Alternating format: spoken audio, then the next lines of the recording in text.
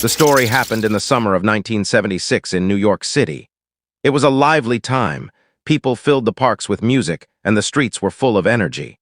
Young couples enjoyed walking around at night, taking in the warm weather. But while the city seemed full of life, something dangerous is hiding in the shadows. A killer that is watching and waiting. A killer that attacks without warning, shooting innocent people as they sat in their cars or walked at the streets. His real name was David Richard Berkowitz, but the world would come to know him as the son of Sam. David Berkowitz was born Richard David Falco on June 1, 1953, in Brooklyn, New York.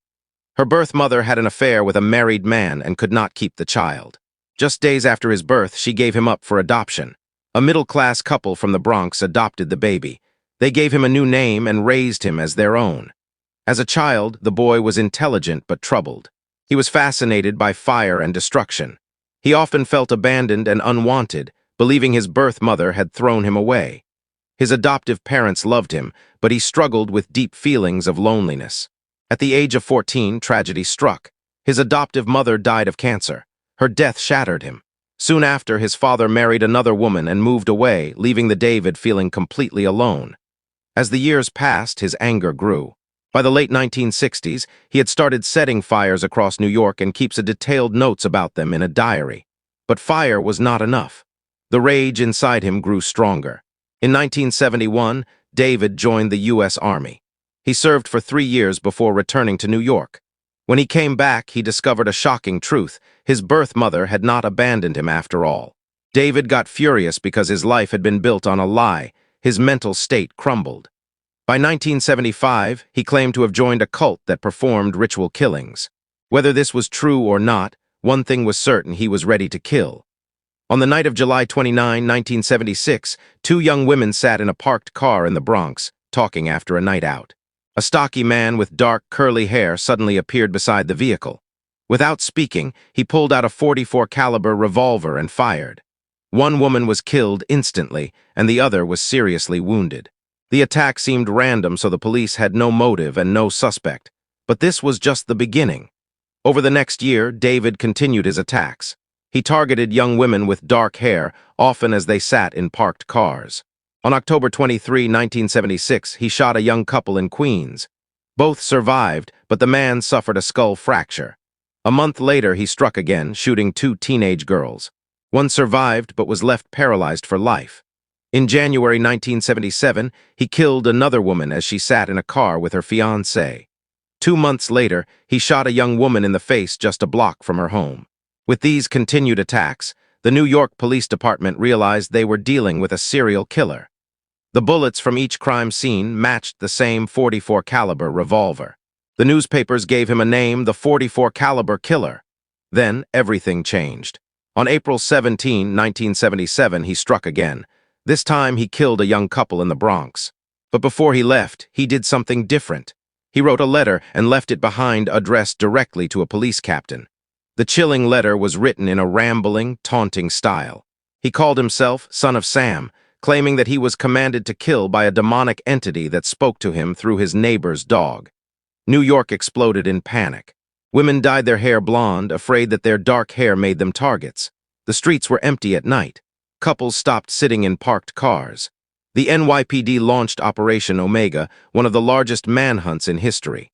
On the night of July 31, 1977, David struck again, carrying out what would become his final attack. That evening, a young couple sat together in a parked car in Brooklyn, unaware that they were being watched by a predator lurking in the shadows. Without warning, the attacker approached their vehicle and fired 4 gunshots through the car windows, striking both victims at close range. Tragically, the young woman lost her life at the scene, while her boyfriend, though he survived, was left permanently blinded by his injuries. However, this time, fate had other plans. David didn't know that a woman was walking with her dog nearby and happened to witness him behaving strangely near the crime scene. She noticed him removing a parking ticket from the windshield of his car before quickly leaving the area.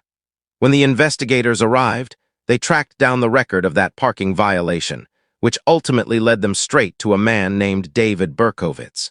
On August 10, 1977, police officers arrived at the Yonkers apartment of David Berkowitz, the man they had been hunting for over a year.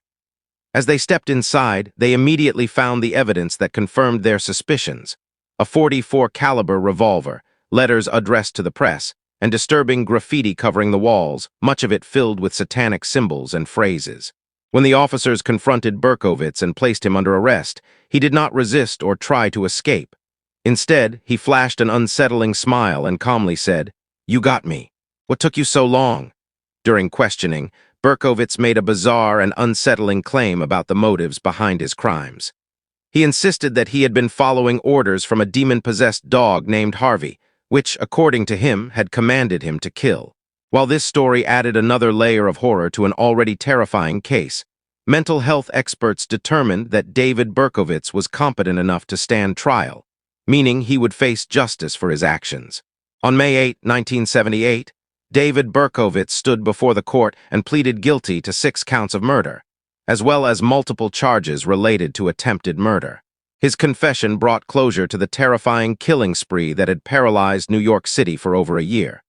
Just over a month later, on June 12, 1978, the judge handed down his final sentence. Berkowitz received 6 consecutive life sentences, which added up to a staggering 365 years behind bars, ensuring that he would never be released. While serving his time in prison, David Berkowitz claimed to have experienced a dramatic change in his beliefs and outlook on life. He stated that he had found God and had become a born-again Christian, leaving behind the darkness that once consumed him. In an effort to distance himself from his past, he began referring to himself as the Son of Hope, a stark contrast to the infamous name he had given himself during his reign of terror. Despite his claims of redemption and his repeated expressions of regret for his crimes, his efforts to seek parole have been repeatedly denied. Today, David Berkowitz remains in prison, where he will spend the rest of his life. His brutal crimes left an entire city living in fear, and even decades later, the name, Son of Sam, remains one of the most infamous in American criminal history.